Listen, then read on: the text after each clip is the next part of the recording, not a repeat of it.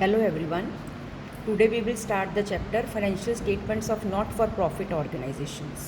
बेटा इस चैप्टर में क्या होता है कि हमने उनके अकाउंट्स बनाने हैं ऑर्गेनाइजेशंस के जो कि प्रॉफिट मेकिंग के लिए काम नहीं करते। याद करो जैसे हमने +1 किया था तो +1 में हम ट्रेडिंग P&L अकाउंट और बैलेंस शीट बनाते थे। GP निकाला, NP निकाला, फिर बैलेंस शीट बनाई।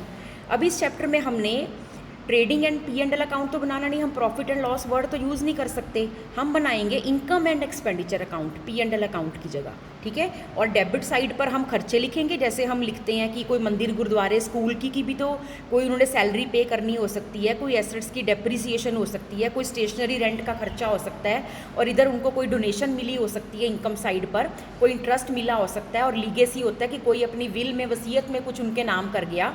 और अगर ये साइड 5 लाख है और इधर खर्चे सारे 3 लाख है तो 2 लाख सरप्लस हो गया।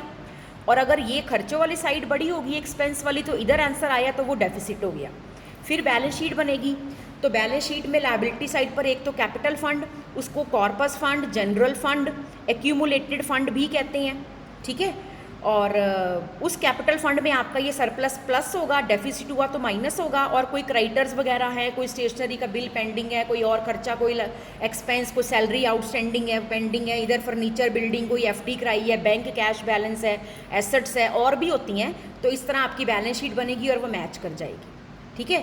तो वैसे ज़्यादा chance income and expenditure account paper में आने का और बैलेंस शीट आने का है, पर रिसीट एंड पेमेंट अकाउंट बनाना भी पेपर में आ सकता है। अब रिसीट एंड पेमेंट अकाउंट क्या होता है, ठीक, कि जैसे हम आपके +1 में आपको हमने कैश अकाउंट बनाना या कैश बुक बनानी या बैंक अकाउंट बनाना सिखाया था। तो जैसे हम कैश बुक बनाते थे, ठीक है, तो कैश बुक बनाते थे या कैश अकाउंट बनाते थे, सपोज कोई इंटरेस्ट मिला तो कैश टू इंटरेस्ट इधर एंट्री आती थी, या अगर चेक मिला तो बैंक टू इंटरेस्ट, या कोई डोनेशन मिली तो बैंक टू डोनेशन, ठीक है। और इधर अगर कोई खर्चा होता था सैलरी टू कैश तो बाय सैलरी करके पोस्टिंग आती थी, रेंट पे किया तो रेंट टू कैश या टू बैंक। अब ये कैश बुक नहीं बनाते, इसकी जगह पर अकाउंट का नाम होता है रिसीट एंड पेमेंट अकाउंट। कहने को वही चीज़ है, इस तरफ रिसीट्स होती हैं डेबिट साइड पर, कोई इंटरेस्ट मिला तो बैंक टू इंटरेस्ट, कोई डोनेशन मिली तो बैंक टू डोनेशन, कोई गवर्नमेंट की तरफ से ग्रांट मिली, ठीक है, इधर कोई सैलरी पे किया, कोई रेंट पे किया, खर्चे वगैरह सारे इधर, कोई बिल्डिंग खरीदी तो बाय बिल्डिंग, ठीक है। इस तरह आपका रिसीट एंड पेमेंट अकाउंट बनता है और एंड में फिर उसका बैलेंस कैरी डाउन आ जाता है, ठीक। तो रिसीट एंड पेमेंट अकाउंट बनाते हैं, तो रिसीट एंड पेमेंट अकाउंट बनाना भी पेपर में आ सकता है, ठीक है।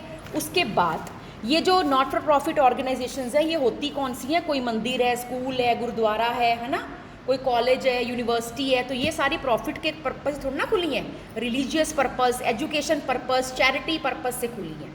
तो सबसे पहले सीखते हैं रिसीट एंड पेमेंट अकाउंट बनाना। गरेवाल की book illustration number 1, from the following particulars of silver charitable society prepare receipt and payment account for the year ending 31 मार्च 2019। सबसे पहले ऊपर लिखेंगे books of silver charitable society, ये लिखेंगे।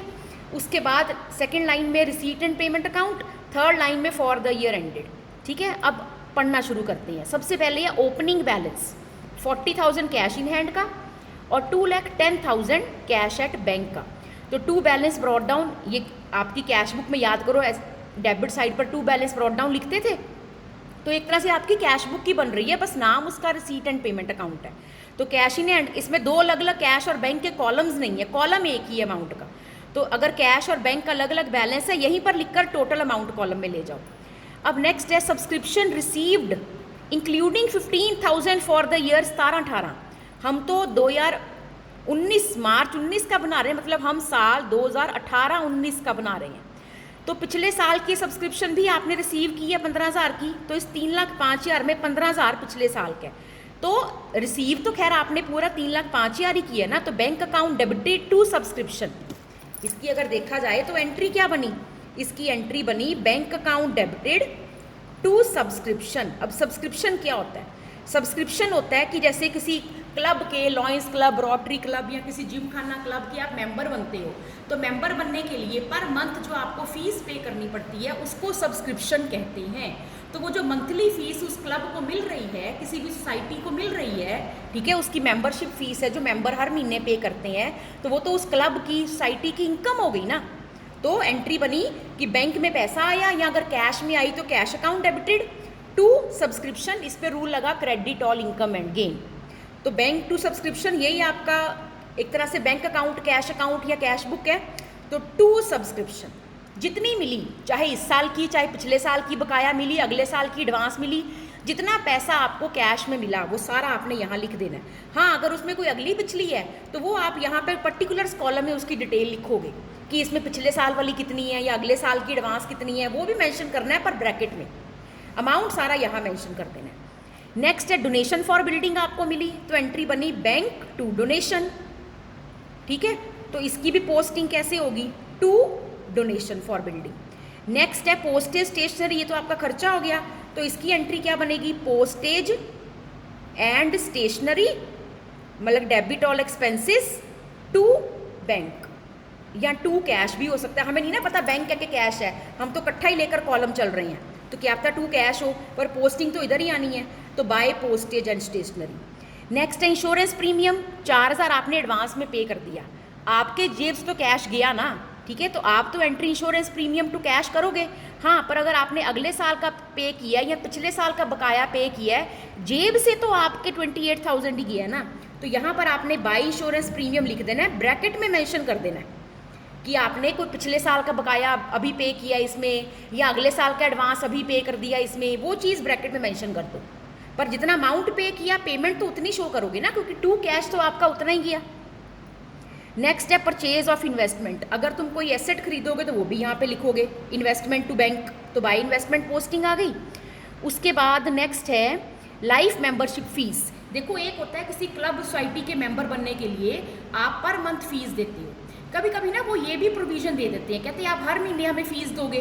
ठीक है, सपोज करो उनकी फीस हर महीने की 5000 है, तो वो तो पूरी ज़िंदगी अगर आप पे करते रहे तो लाखों में बन जाएगी। वो आपको एक ऑप्शन देती हैं, वो कहते हैं आप ऐसे करो, हमें आप 2 लाख या 3 लाख, है ना, जो भी उनका अमाउंट होगा, ये हमें आप एक ही बार पे कर दो इकट्ठा, फिर हम आपसे दोबारा, जब तक आप जिंदा हो, हम आपसे दोबारा कभी सब्सक्रिप्शन या मेंबरशिप फीस दोबारा नहीं मांगेंगे। तो वो होती है लाइफ मेंबरशिप फीस।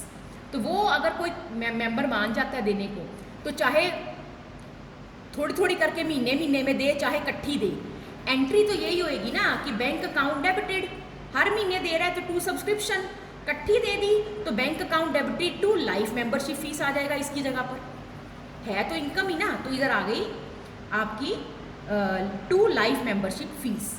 उसके बाद है सैलरी पे की आपने 35,000 की, तो बाय सैलरी, इसमें 5,000 की 2019-20 का एडवांस पे कर दिया, वो ब्रैकेट में शो कर दो, पेमेंट तो पूरी शो करोगे। उसके बाद है टूर्नामेंट एक्सपेंसेस, तो tournament expenses by tournament expenses, जैसे P&L अकाउंट बनाते थे, सॉरी ये तो आपका कैश अकाउंट है, ठीक है, तो कैश अकाउंट में tournament expenses account debited to cash, तो इधर पोस्टिंग आएगी कैश बुक में। नेक्स्ट है लॉकर रेंट, तो